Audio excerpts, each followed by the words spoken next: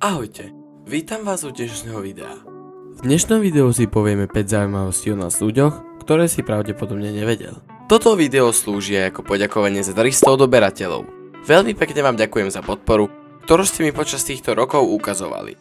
Videl som, že sa vám moje predošlé video páčilo, za čo som veľmi rád a ďakujem za zhliadnutie toho videa.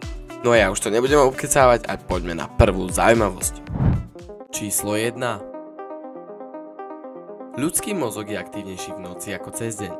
Počas spánku sa mozog neprepína do úsporného režimu, ale naopak, je veľmi zaneprázdnený. Spracováva informácie z predchádzajúceho dňa, upevňuje spomienky a čistí sa od toxínov. Preto sa nám často snívajú sny, ktoré sú spojené s našimi zážitkami a myšlienkami. Kvalitný spánok je nevyhnutný pre správne fungovanie mozgu a celého organizmu. Nedostatok spánku môže viesť k problémom s koncentráciou, pamäťou a náladou. Spánok je pre náš mozog ako údržba pre auto.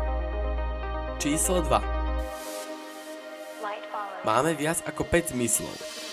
Okrem 5 základných zmyslov, zrak, sluch, čuch, chuť a hmat, máme aj zmysel pre rovnováhu, tzv. Vestibulárny systém, ktorý nám umožňuje udržiavať rovnováhu a orientovať sa v priestore. Ďalej máme zmysel pre čas, ktorý nám umožňuje vnímať plynutie času a odhadovať jeho dĺžku. Máme aj zmysel pre priestor, ktorý nám umožňuje vnímať naše telo v priestore a orientovať sa v ňom. Okrem týchto existuje mnoho ďalších zmyslov, ktoré nám umožňujú vnímať naše telo a prostredie okolo nás. Niektoré z týchto zmyslov sú nám viac alebo menej uvedomované.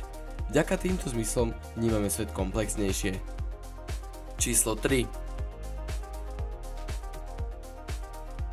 Naše srdce bije v priemere 100 000 krát za deň.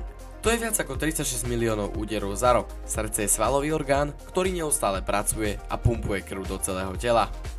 Krv prenáša kyslík a živiny do buniek a odvádza z nich odpadové látky. Srdce je riadené autonómnym nervovým systémom, ktorý zabezpečuje jeho nepretržitú činnosť bez nášho vedomného úsilia. Srdce je symbolom života a lásky. Starajme sa o zdravou stravou a pravidelným pohybom. Číslo 4.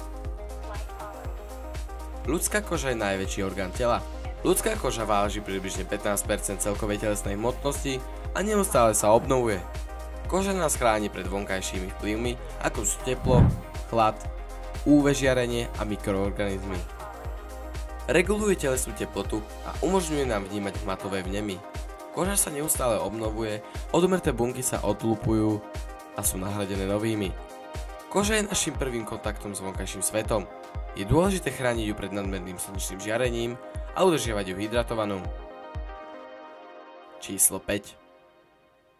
V našom tele žije viac baktérií ako ľudských buniek. Väčšina z nich je neškodná a dokonca nám pomáha tráviť potravu.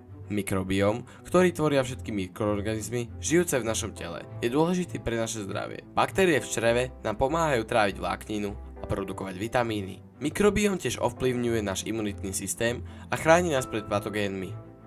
Zdravý mikrobióm je kľúčom k dobrému zdraviu. Preto je dôležité jesť vyváženú stravu s dostatkom vlákniny a probiotík. Well, there's a will, there's a way, kinda beautiful. And every night has its day, so magical. And if there's love in this life, there's no obstacle that can't be defeated. For every tyrant to tear for the vulnerable.